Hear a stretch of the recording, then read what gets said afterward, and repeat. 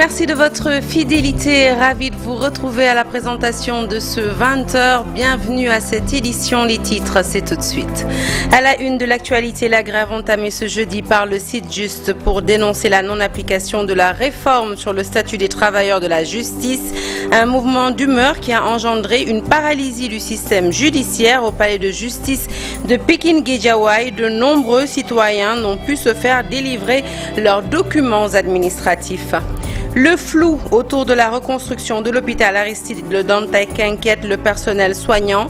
Face à la presse, les membres du collectif pour la défense et la sauvegarde de ce patrimoine hospitalier exigent plus de visibilité sur la conduite des travaux. Les nombreux patients en souffrance depuis sa fermeture ont motivé leur conférence de presse. Présidentiel titre, après plusieurs mois d'accalmie, le site Juste reprend la grève. Principale conséquence de ce mouvement d'humeur, et bien aujourd'hui impossible de se faire délivrer un quelconque document administratif au tribunal de Pikine-Guédiawaye. De nombreux citoyens sont rentrés bredouilles après avoir effectué un long trajet pour se rendre sur place. La grève a pour objectif, je rappelle, de mettre la pression sur le ministre de la fonction publique suite à son refus d'harmoniser sa position avec celle de la garde des Sceaux, position qui concerne la réforme sur le statut des travailleurs de la justice. Le compte-rendu est signé Abid Faye, Abdoulaye Patéane. Ils étaient nombreux à faire la queue devant le palais de justice de Pikine et Guédiawaye à la recherche de documents administratifs.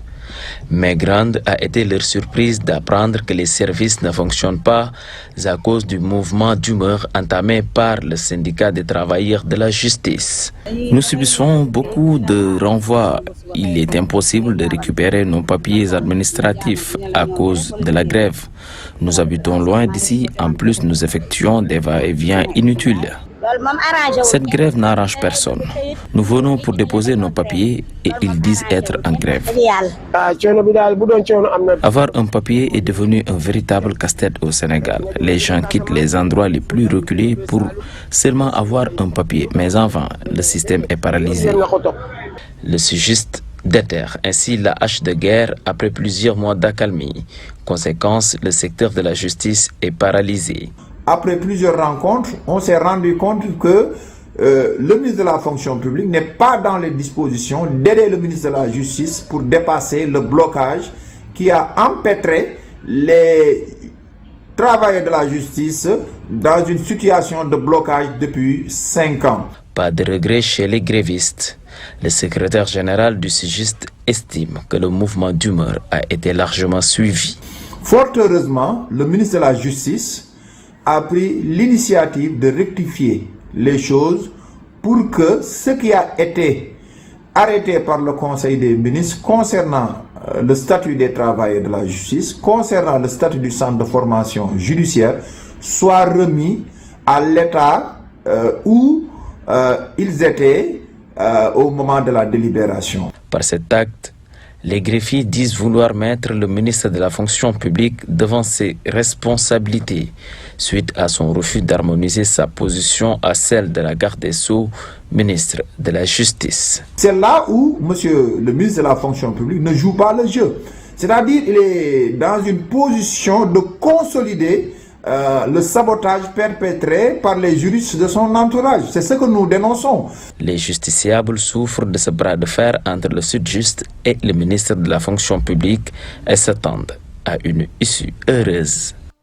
Et bonne nouvelle dans ce journal, bientôt les problèmes liés à l'état civil ne seront qu'un mauvais souvenir. L'Agence nationale d'état civil et Sénégal numérique ESA viennent de signer une convention de partenariat. Objectif, permettre l'interconnexion entre les centres d'état civil et la sécurisation des données. Et également, à terme, les Sénégalais pourront récupérer leur acte d'état civil sans avoir à se déplacer. Plus de 10 millions d'actes d'état civil ont déjà été numérisés depuis le début du processus. Reportage signé Alassane Ba et Pape Sangone Mbaye. Le partenariat entre l'ANEC et le CENOM entre dans le cadre de la modernisation du système. Il s'agira à terme d'interconnecter tous les centres d'état civil qui sont dans le pays, faire en sorte de sécuriser le patrimoine de l'état civil. Comme vous le savez, c'est une recommandation issue du gouvernement que nous venons de matérialiser aujourd'hui, à savoir la sécurisation des données à caractère personnel, à savoir les données des Sénégalais qui seront interconnectées, qui seront hébergées au niveau du data center de Diamniadio et à travers Senem.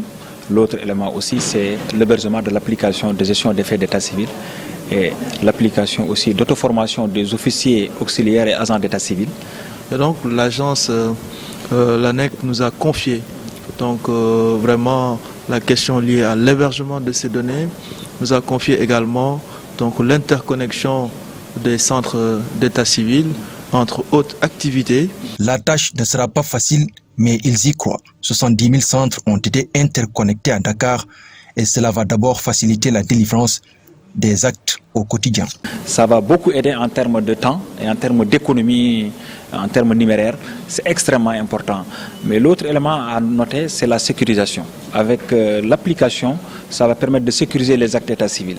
Il n'est pas rare de constater au niveau des centres d'état civil, de voir qu'on a perdu votre numéro ou bien on ne sait pas qui a élaboré l'acte. Le problème de responsabilité va être...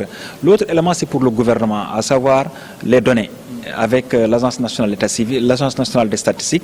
On a parlé tantôt du problème de connectivité, problème de l'hébergement de ces données, mais surtout l'interconnexion de ces registres-là. Parce que chacun travaille en silo. Aujourd'hui, avec ce projet NECAL, c'est un registre national unique qui va être en place. Et donc ça va être une révolution sur le plan de la gestion de l'identité au Sénégal. Ce sera une première et je pense que l'ensemble des acteurs doivent se mobiliser autour de l'ANEC. Pour le processus de la digitalisation de l'état civil, la mise en œuvre se poursuit. Plus de 10 millions d'actes d'état civil ont été numérisés. Parallèlement, des équipes sont mobilisées ici à Dakar pour faire de l'indexation. Et 7 millions de données ont été indexées. 1200 ordinateurs et imprimantes seront remis au centre d'état civil. Allez, parlons santé à présent avec le congrès de la Société sénégalaise d'ORL. Le saviez-vous? 80% des vertiges signalés en consultation sont liés à une pathologie ORL. Par ailleurs, au sein des structures sanitaires, les consultations ORL dépassent de loin les autres motifs de consultation. Eh bien, pour une prise en charge optimale et à temps des affections ORL, une vaste campagne de sensibilisation des spécialistes du secteur. Les détails, c'est avec le professeur Siré Ndiaye. Il est le secrétaire général de la Société sénégalaise d'ORL. Il s'exprime au micro d'Aminata Mbaresso. En moyenne, combien de patients se plaignent de vertiges par jour à la consultation? En consultation ORL, on peut en dénombrer peut-être 5 à 10 par jour en consultation ORL. Soit en moyenne à Fann, on consulte 80 malades, disons, par jour. 5 à 10 se plaignent de vertiges. Les vrais vertiges, 80% sont d'origine ORL liée à une maladie de l'oreille. Et à Ziguinchor, les acteurs de la santé, quelquefois confrontés à de réelles difficultés dans la manipulation du médicament. Cela est généralement le fait de contraintes et entrer à la méconnaissance de la législation qui réglemente le secteur ou à d'autres difficultés liées à la logistique ou à la communication. Eh bien, pour lever toutes ces contraintes, l'agence de réglementation pharmaceutique a renforcé les capacités des acteurs de la santé sur les nouvelles dispositions législatives et réglementaires dans le secteur du médicament. Les détails, c'est avec Lamine Ba et Lamine Mandjan. Les acteurs de la santé ne sont pas à l'abri de difficultés liées à la manipulation des médicaments.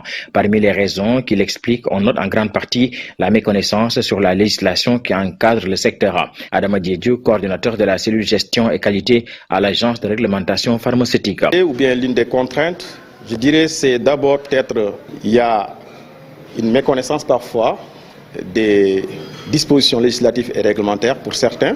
Il y a des difficultés également concernant les aspects logistiques, donc structurels même, donc les moyens qui sont mis à leur disposition pour prendre en charge en tout cas la chaîne d'approvisionnement, donc notamment les médicaments et autres produits de santé. Donc les échanges également sur quels sont en tout cas les voies et moyens qui permettront en fait de solutionner ces difficultés également. Ça a été très constructif puisque comme on l'a dit, il faut descendre sur le terrain, constater les réalités, échanger et rechercher ensemble également donc, des solutions à proposer, donc qui sont adaptées. Et comme je l'ai dit, l'objectif final, c'est pour le bien-être de nos populations. C'est justement pour lever ces contraintes que l'Agence de réglementation pharmaceutique a décidé de former tous les acteurs impliqués dans la chaîne d'approvisionnement du médicament sur plusieurs modules. Donc il fallait donc partager un petit peu les derniers développements sur l'évolution de la réglementation pharmaceutique, ses missions, son organisation et ses perspectives. L'autre objectif également, c'était de partager également les nouveaux développements portant sur les aspects législatifs également, notamment la loi sur la pharmacie qui a été promulguée au mois de juin 2023. Le troisième objectif, c'est également de former les acteurs de santé, depuis les distributeurs et également les dispensateurs, sur des notions relatives à la pharmacovigilance, donc les vigilances d'une façon générale, et insister surtout sur la préoccupation concernant la notification parce que donc il faudra la relancer pour booster le système national de pharmacovigilance. Une démarche qui va sensiblement améliorer les conditions de prescription et de délivrance des médicaments de l'avis du point focal pharmacie à la direction régionale de la santé de Ziguinchor. Docteur Fabienne Hemesfaye. Je pense qu'à la sortie de cet atelier, ils seront beaucoup mieux imprégnés sur les lois et réglementations que l'ARP, depuis sa création en 2022, a mis en place, mais aussi permettre de connaître qu'est-ce que l'ARP, qu'est-ce qu'il fait et là où il veut amener le secteur pharmaceutique. Par la suite, après, avec l'appui de l'ARP, nous allons pouvoir divulguer et pouvoir quantifier ces formations à d'autres qui n'étaient pas là et pouvoir aussi faire assurer la réglementation médicamenteuse dans la région de Ziguinchor. Une démultiplication des formations sera réalisée même au plus bas de l'échelle sanitaire pour une meilleure compréhension de la nouvelle loi sur les médicaments. Et nous restons avec l'agence de réglementation pharmaceutique qui nous apprend que le Sénégal connaît toujours un faible taux de production locale de médicaments, moins de 5% de la consommation nationale. Eh bien, l'État a décidé de mettre en place des mesures incitatives pour relancer l'industrie pharmaceutique à travers l'implantation d'unités de production locale de médicaments. Nous retrouvons Adama Diédhiou, coordonnateur de la cellule gestion et qualité à l'agence de réglementation pharmaceutique. Il s'exprime toujours au micro de la Minba. L'industrialisation locale qui doit être relancée d'une façon générale et en particulier la production pharmaceutique. Donc ce projet avait été élaboré depuis plusieurs années et la Covid est venue renforcer la nécessité de renforcer en tout cas la production locale. Et actuellement, le projet est très bien avancé. Il y a ce qu'on appelle la Delivery Unit et un comité interministériel qui doivent également veiller à l'application de toutes les dispositions qu'on a préétablies, allant dans le sens d'appliquer ce qu'on appelle des réformes. Il y a eu des réformes qui ont été proposées, qui ont été validées, et parmi ces réformes, il y a ce qu'on appelle des mesures incitatives qui vont faciliter l'implantation, en tout cas, d'unités de production au niveau local. Et actuellement, c'est en bonne voie. Il y a beaucoup d'unités de production qui sont actuellement en cours de construction. Donc, je ne peux pas les citer ici, mais dans d'autres cas également, nous aurons également l'occasion d'y revenir. Mais il y a de belles perspectives concernant la relance de l'industrie pharmaceutique locale pour répondre aux exigences locales en termes, en tout cas, de santé. Et la santé toujours avec ce conclave des techniciens biologistes du Sénégal pour échanger sur la pratique de leur métier. Au menu des débats, édifier plutôt le grand public sur l'importance de la biologie. Le compte-rendu est signé Pape Faraning. Le laboratoire, outil de décision incontournable pour la détection et le contrôle des menaces sanitaires, un thème débattu entre biologistes durant des heures, une manière de diagnostiquer leur métier et de montrer l'importance de la biologie dans la médecine. Notre souci est comment faire pour mieux améliorer les laboratoires au Sénégal, mais aussi comment encadrer les professionnels de laboratoire, en même temps soulager les populations par rapport aux analyses. Faire travailler sur une vision que pourquoi pas unir les différents cadres des techniciens biologistes de l'Afrique dans une union qui peut donner beaucoup de choses pour nous. C'est surtout qualité, tout ce qui est fiabilité des résultats avec nos partages. Chaque pays a des spécificités, des maladies qui sont prédominantes. Donc, ce congrès qui regroupe tous les acteurs du diagnostic au niveau national, permettant aussi d'évaluer ce métier par rapport à l'échelle mondiale. Moi, je vous dirais que le laboratoire est au début et à la fin d'un traitement. Parce qu'aujourd'hui, pour la plupart des maladies qui se reposent sur un diagnostic, le laboratoire permet de dire de quoi il s'agit. S'il n'y a pas de laboratoire, le médecin va traiter de façon aveugle. Il pense cliniquement, parce qu'il y a un diagnostic clinique et un diagnostic biologique. Le diagnostic clinique permet de voir le malade et d'avoir une idée. Mais très souvent, ça ne suffit pas. Ça ne permet d'avoir une idée que sur les 10% de la pathologie. Mais c'est le diagnostic du laboratoire qui permet de confirmer la maladie et qui permet d'orienter le médecin en faisant le bon traitement. La Covid-19 a permis aux décideurs de reconnaître l'apport de la biologie dans la lutte contre ce virus. La Covid-19 nous a permis de mieux connaître l'importance de la biologie au Sénégal et cela nous a permis aussi d'acquérir beaucoup de matériel. Vous avez le résultat au niveau de la lutte contre le paludisme. C'est la même chose par rapport à la Covid-19 et aux autres maladies. Si on a félicité le Sénégal par rapport à la Covid-19 au niveau de la prise en charge, ces biologistes, en tout cas les laboratoires, ont joué un rôle crucial de premier plan et qui a valu au Sénégal quand même cette reconnaissance par rapport au traitement, par rapport en tout cas au taux de guérison. Donc c'est parce qu'il y a des biologistes, il y a des laboratoires qui sont là. Durant 2 jours, les biologistes du Sénégal et de la sous-région vont échanger sur les acquis et les difficultés de la biologie. À l'issue de ces rencontres, des recommandations seront élaborées. La nébuleuse autour de la reconstruction de l'hôpital Aristide Le Dantec inquiète ses anciens pensionnaires. Face à la presse, les membres du collectif pour la défense et la sauvegarde de ce patrimoine hospitalier exigent plus de visibilité sur la conduite des travaux. Les nombreux patients en souffrance depuis sa fermeture ont motivé cette conférence de presse. Le point, c'est avec Memouna Ndiaye qui y a assisté. Des syndicalistes très remontés contre leur ministère de tutelle, eux, ce sont les membres du collectif pour la défense et la sauvegarde de l'hôpital Aristide Le Dantec. Ces travailleurs se disent préoccupés par le sort des malades. On se permettra de citer l'oncopédiatrie. On demande à tout le monde, surtout aux journalistes, d'aller voir ce qui se passe à l'hôpital Dalal Jamm. L'oncopédiatrie, ce sont les enfants qui souffrent du cancer. Ils sont là-bas dans des conditions inhumaines. Il n'y a pas de capacité d'accueil pour les enfants qui sont là-bas. Le service de l'hôpital Dantec qui a été aménagé à l'hôpital Dalal Jamm. Donc nous déplorons cette situation et espérons aussi que le ministère de la Santé fera ce qu'il doit faire. Aller voir les conditions dans lesquelles sont les enfants qui sont atteints du cancer. C'est une situation inhumaine. Il n'y a pas de climatisation là, il n'y a rien. Autre point abordé, les affectations. Nous avons noté des discriminations. On a vu des administratifs, je dis bien des administratifs qui sont affectés dans des services de soins. Pendant que d'autres qui étaient à l'hôpital, qui étaient dans ce secteur, qui sont des personnels paramédicaux, ne sont pas affectés. La dernière question liée à la reconstruction de l'hôpital inquiète également le personnel. C'est une série de questionnements. On demande à l'État qui construit, qui est en train de construire l'hôpital Aristide Dantec.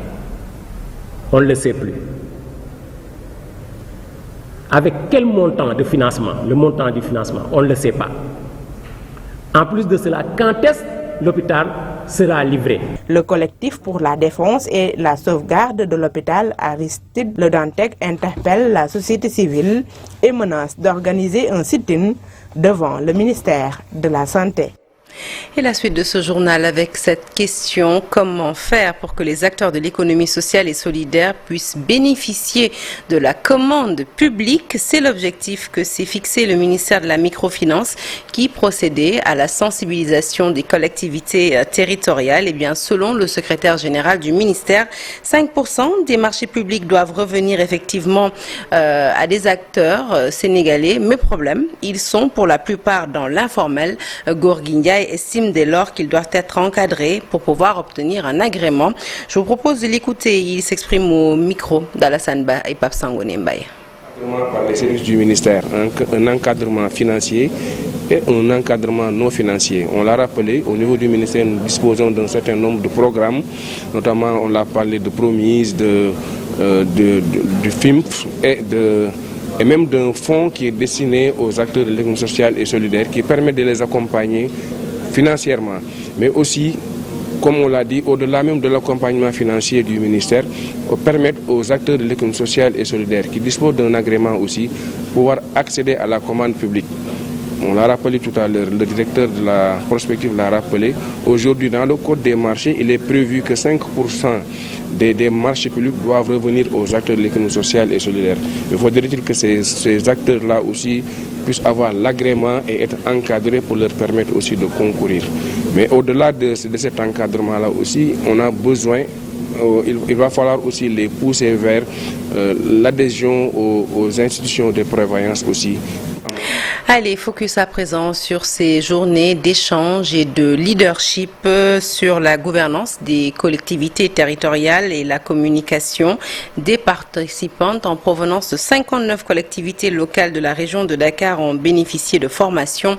Une initiative du caucus des femmes leaders en politique. Dans le cadre de ce projet, l'IFAN est chargé du volet recherche et produit des connaissances pour montrer l'impact du leadership féminin dans la gouvernance territoriale. Nous écoutons tout de suite professeur Fatou Sarso, présidente du caucus des femmes leaders. Elle s'exprime au micro d'Ibou Diouf et Lamine Diagne.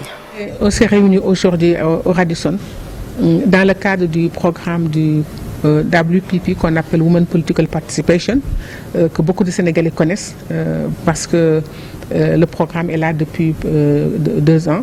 Et nous avons fait un énorme travail après la loi sur la parité, un travail pour les femmes, la présence des femmes dans les collectivités locales à la tête des mairies. Nous avons mis la campagne qui s'appelait Les femmes à l'assaut des mairies. Et nous avons eu des résultats intéressants. Il y a eu une progression des femmes à la tête des mairies et à la tête aussi des conseils régionaux. Mais c'est surtout dans la gouvernance, leur présence dans la gouvernance locale qu'on a eu un bond spectaculaire de présence massive des femmes, et cela nécessite aussi qu'on les accompagne en matière pour les outiller, pour pouvoir mieux assumer les rôles et responsabilités. Cela a été fait sur la base, comme on est adossé au laboratoire genre et recherche scientifique de l'IFAN.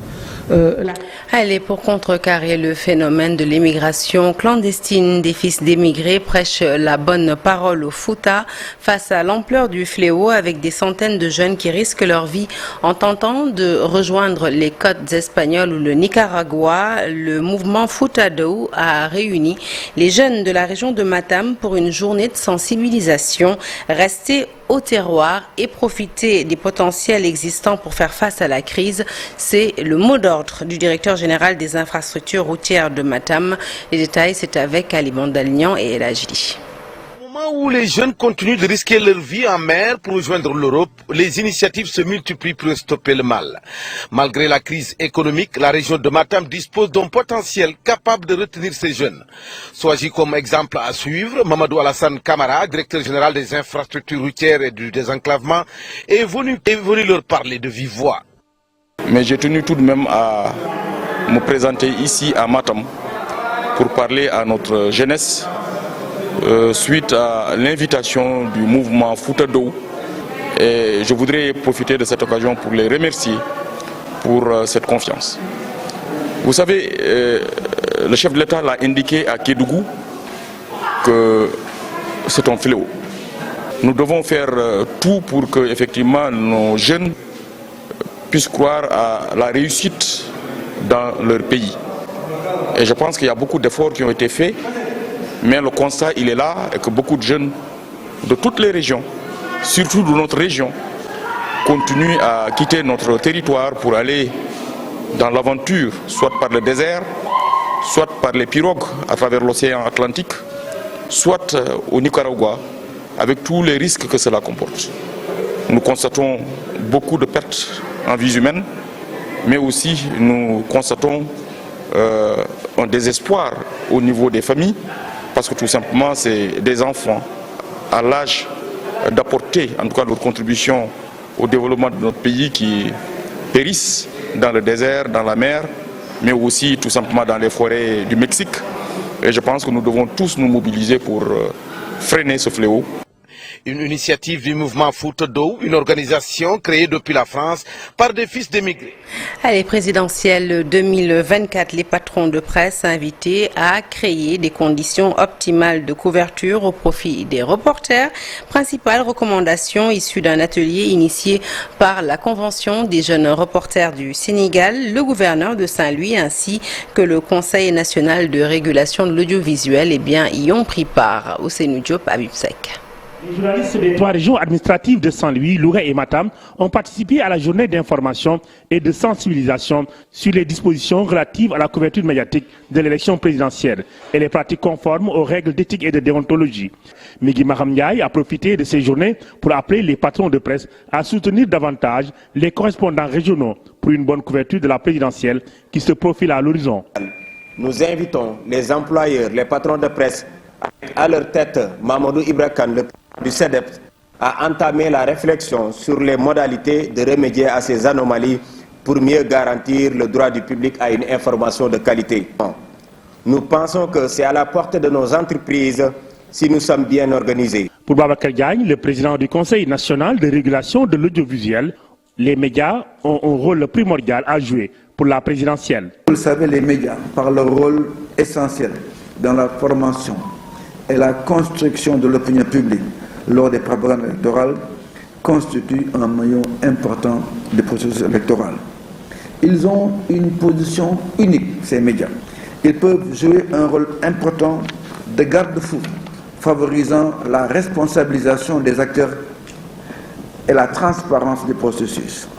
Le chef de l'exécutif régional a invité la presse saint-louisienne à jouer pleinement son rôle afin que la démocratie puisse triompher au soir du 25 février 2024.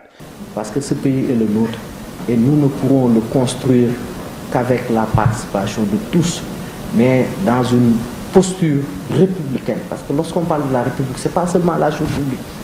Après Saint-Louis, Kaolack va accueillir le 27 novembre prochain la Convention des jeunes reporters et le Conseil national de régulation de l'audiovisuel avec ses séries d'activités d'information et de sensibilisation.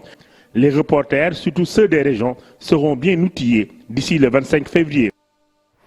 9e édition du Forum international pour la paix et la sécurité en Afrique. En prélude à l'événement, le Centre des hautes études de défense et de sécurité a fait face à la presse ce vendredi. Alors, objectif, mettre en valeur le travail des commissions scientifiques en charge de la validation des thématiques du Forum. Fatou Bintou Conté et Mohamed Dian ont assisté à la conférence de presse compte rendu.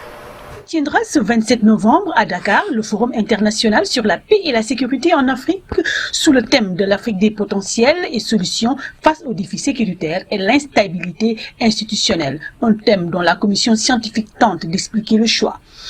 Ça fait maintenant 2 ou 3 forums que le président de la République insiste sur les solutions que l'Afrique devrait proposer au monde. Solutions dans quel domaine? Ces solutions par rapport à la gouvernance du monde. La gouvernance du monde peut se présenter sur les aspects économiques, sur les aspects politiques, sur les aspects numériques.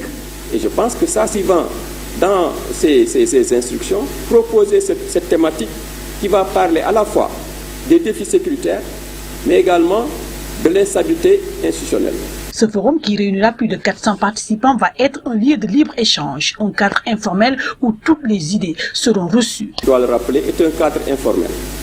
Quand le président de la République l'a mis en place, c'était pour lui une occasion de faire intervenir dans le débat concernant la sécurité en Afrique autant les experts que les non-sachants. Donc ce cadre informel demeure. Et aucun pays n'est exclu, même ceux étant sous embargo. Donc ces pays-là qui, pour le moment, peut-être seraient sous embargo d'une organisation de la sous-région, les intellectuels qui sont originaires de ces pays-là ne seront pas l'objet d'un embargo. Ils sont invités et participeront au débat lors du forum. Au terme, l'essentiel sera rassemblé autour des actes du forum. Les solutions, du moins les recommandations qui sont faites à l'issue de ces différentes rencontres, devraient figurer dans ce qu'on appelle les actes du forum. Donc à l'issue du forum, d'ici 2 mois en principe, le CHES devrait publier les actes du forum dans lesquels vous trouverez l'ensemble des recommandations qui ont été faites à travers les échanges qui ont eu lieu. Pendant 2 jours, des échanges fructueux sont attendus pour permettre à l'Afrique de faire face aux défis de sécurité. Allez, destination à présent l'Assemblée nationale qui a accueilli hier le ministre Aliou Sow, ministre de la Culture et du Patrimoine historique classé, dans sa présentation qui porte sur les projets prioritaires de son département ministériel.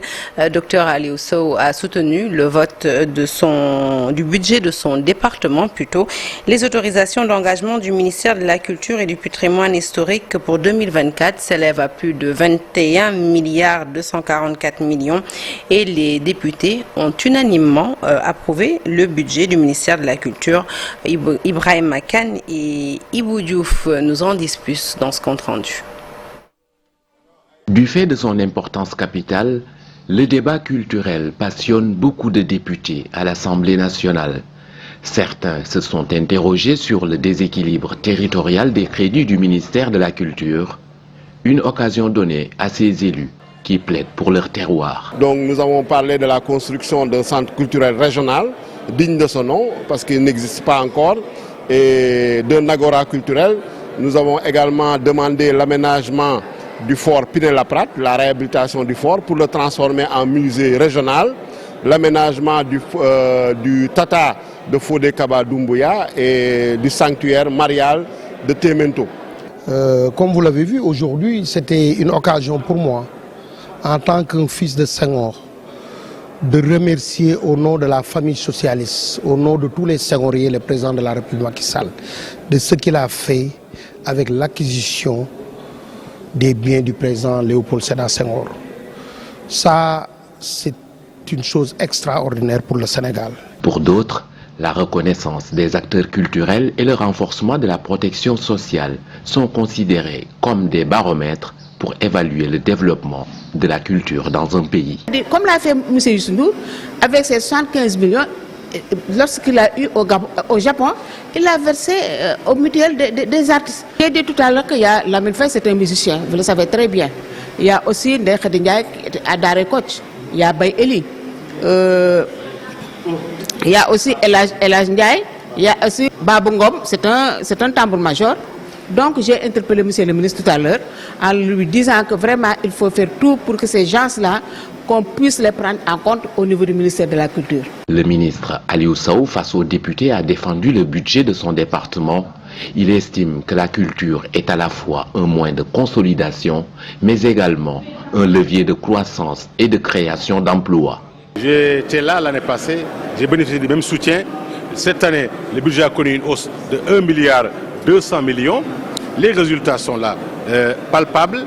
Bien entendu, les ambitions du président de la République vont au-delà de ce qui est en train de faire et nous comptons redoubler d'efforts, renforcer l'action, la décentralisation, la promotion de la diplomatie culturelle, mais également la protection sociale des acteurs culturels et des professionnels de la culture. En sus des projections pour améliorer les conditions de travail des acteurs culturels, le ministre a partagé les orientations majeures de son département dans le cadre des perspectives pour 2024. Le budget alloué au ministère de la Culture est estimé à plus de 21 milliards de francs CFA.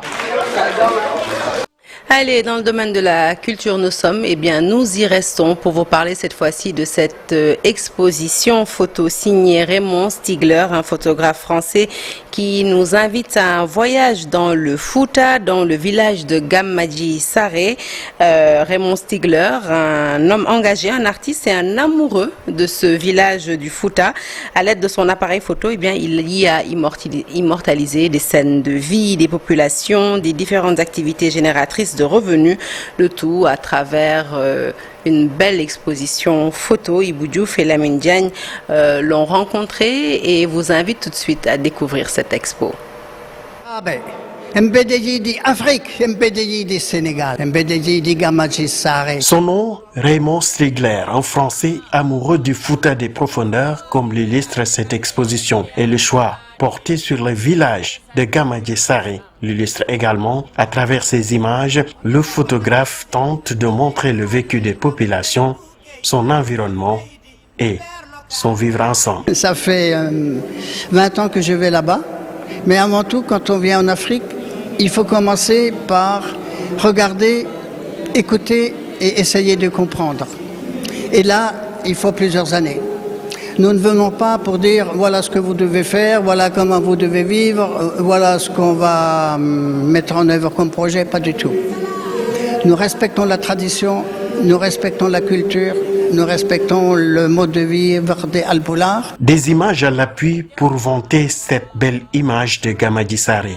La paix, la solidarité et l'entraide, sans oublier ce beau paysage à travers les rives du fleuve Sénégal. Pourquoi je fais cette exposition? Je suis un peu un révolté, mais un révolté pacifique. Moi, mes admirateurs, ceux que j'admire, c'est Martin Luther King, c'est Nelson Mandela, c'est Gandhi. Tous ces gens-là, c'était des révolutionnaires, ils voulaient changer le monde, mais par le pacifisme. Raymond Stigler, les villageois de cœur de Gamadi Saré, du bout de son appareil photo immortalise les vieilles du village, montre leurs rides, montre les rides de leur âge, leur sourire, malgré les difficultés du quotidien. Au Fouta, il y a la teranga, il y a la tradition, il y a l'héritage des anciens, il y a vivre ensemble, partager, ne jamais se plaindre. C'est une région très difficile, il fait tellement chaud, il y a la poussière, mais on ne se plaint pas. On fait face avec courage aux difficultés de la vie sans se plaindre. Moi j'appelle ça souffrir et sourire, sourire et souffrir. Mais le sourire, il arrive toujours en premier. Outre ces clichés, Raymond Stigler souligne les activités de la population, de l'éducation au social, en passant par la santé et la protection de l'environnement. Cette exposition photo Images de Gamadi est une initiative de l'association Partenariat Gamadi Saré, Chervillers, en France. Fin de ce journal, merci de l'avoir suivi. L'actualité se poursuit sur toutes nos plateformes digitales. Restez avec nous tout de suite. La deuxième partie de Soir d'Info.